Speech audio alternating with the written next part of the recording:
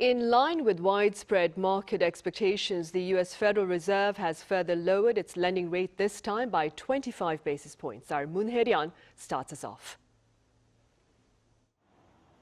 The Federal Reserve has cut rates once again as inflation and labor market conditions in the United States show signs of easing.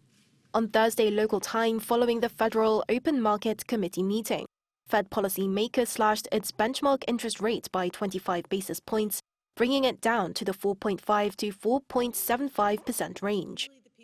We continue to be confident that with an appropriate recalibration of our policy stance, strength in the economy and the labor market can be maintained, with inflation moving sustainably down to 2%. September's Personal Consumption Expenditures Price Index, a key measure of inflation, showed that the rise of year-on-year inflation fell to 2.1%, while Fed Chair Jerome Powell commented that job market conditions remain solid.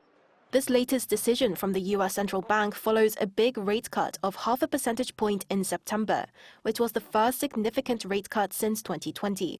With the Fed's press conference coming just 2 days after the presidential elections, Powell stated that the results would not factor in their monetary policy decisions in the near future.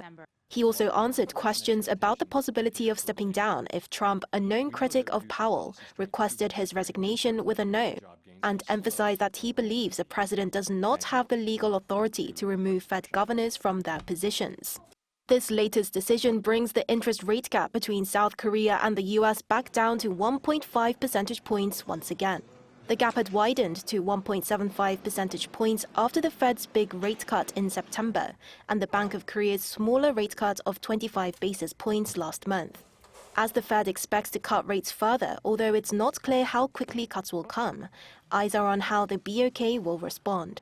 Experts predict that the economic situation here at home will have a greater impact than the Fed's interest rate cut. What may be a bigger effect on BOK's decision is lower than expected growth rates that we had for the third quarter, which was only 0.1% rather than 0.5% that the BOK had estimated beforehand. The BOK is scheduled to hold its final monetary policy meeting of the year at the end of November. Moon Hye-ryeon, Arirang News.